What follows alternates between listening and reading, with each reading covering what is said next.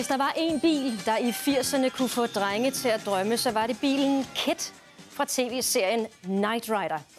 En bil, der både kunne køre selv og tale med den heldige ejer Michael Knight, spillet af David Hasselhoff. Rasmus Nielsen fra Aalborg var en af de drenge, som drømte om at være Michael Knight. Nu er han voksen, og han har brugt over 200.000 kroner på at bygge sin drøm, en tro kopi af bilen KID. Bilen, du ser her, er ikke KID fra Knight Rider.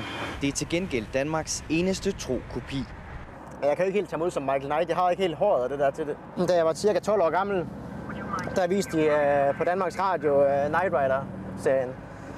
Og så fik jeg blod på tanden der dengang, kan man sige. Der fik jeg lyst til at få den bil, når jeg blev stor. Men der er et stykke vej fra en drengedrøm om en superheltebil til rent faktisk at eje den.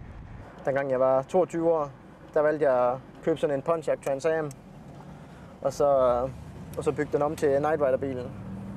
Som den eneste i Danmark, der har udlevet den drøm. Bilen er kopieret ned til mindste detalje med et såkaldt scannerlys foran. Ligesom bilens indre har kunstig intelligens. KID, where are you? I'm in your parking space, Michael. Where else would I be? Og så er der installeret skærme i instrumentbrættet.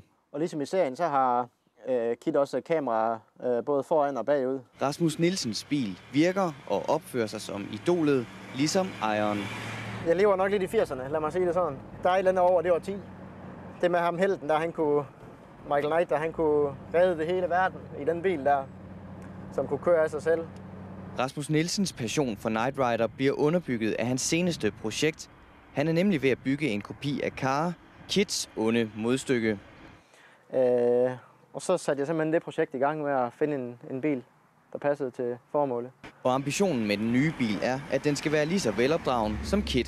You can go offline now. Thank you, sir. KID signing off.